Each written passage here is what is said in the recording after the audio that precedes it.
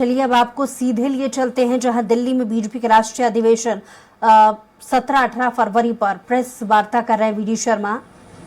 वैसे आप देखते भी रहे हैं कि मध्य प्रदेश अपनी रिपोर्ट प्रस्तुत करता रहा है और इस अधिवेशन में भी मध्य प्रदेश राज्य में सभी राज्यों की रिपोर्ट, केवल एक राज्य नहीं, सभी राज्यों की रिपोर्ट काम के आधार पर जो हुआ है उन सारी चीजों का प्रस्तुतिकरण अधिवेशन में होता है और इसलिए मध्य प्रदेश की भी चर्चा होती है, देश के अन्य राज्यों की भी चर्चा होती है। और रहा भोजशाला के बारे में जो आपने कहा, भोजशाला का जो इशू है अभी न्यायालय के विचाराधीन है और उस पर मुझे लगता है कि जो आवश्यक कदम होंगे वो कानूनन उठाने का जो प्रयास है वो तो होगा ही।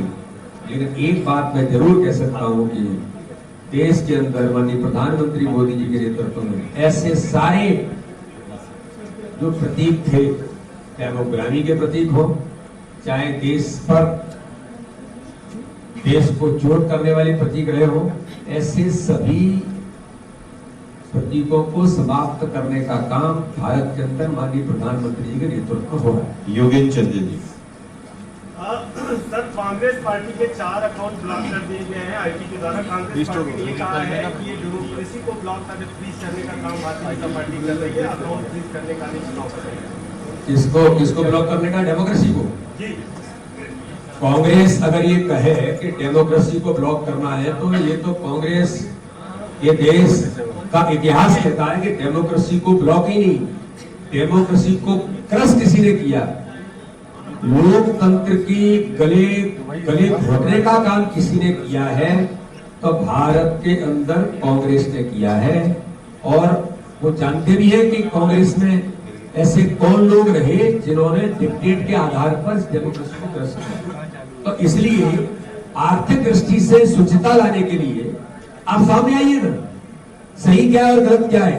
हर देखिए कोई भी संस्थान, सीबीआई होगा, आईबी होगा, जो भी इस प्रकार की संस्थाएं जो डेमोक्रेसी में संवैधानिक अधिकारों के साथ उस पर वो काम करती है। लेकिन कांग्रेस तो किसी भी चीज को इसी रूप से इसलिए जोड़ती है कि कांग्रेस का अस्तित्व देश के अंदर अब बचा नहीं है, तो वो केवल आरोप प्रत्यारोप करने तक ही सीमित बची है। संजय जी पूछिए।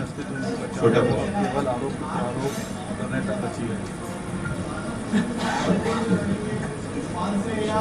कोई भी कार्यकर्ता कहां से चुनाव लड़ेगा इसका निर्णय केंद्रीय नेतृत्व करेगा, केंद्रीय नेतृत्व करेगा। हेमंत जी पूछिए। अब ये तो कमलनाथ जी से आपको ही पूछना पड़ेगा। भारतीय जनता पार्टी ने सैद्धांतिक तौर पर, अगर किसी को लगता है कि भारतीय जनता पार्टी के नेतृत्व में उनकी नीतियों पर विश्वास करते हुए हमारे नेतृत्व के ऊपर जिनका विश्वास बनता है, तो ऐसे लोगों के लिए दरवाजे खुले हैं, ऐसे लोगों के लिए दरवाजे खुले हैं। अब ये तो उन्हीं से पूछना पड़ेगा। उन्होंने कहा है कि सब स्वतंत्र है, कोई कहीं भी जा सकता है, ये तो खुद कमलनाथ जी ने कहा है। चलिए वीरेंद्र जी पूछिए। माधव जी रुकिए, वीरेंद्र जी पूछिए। अब ये तो जब हो जाएगा तब आप बिल्कुल। वीरेंद्र जी पूछिए।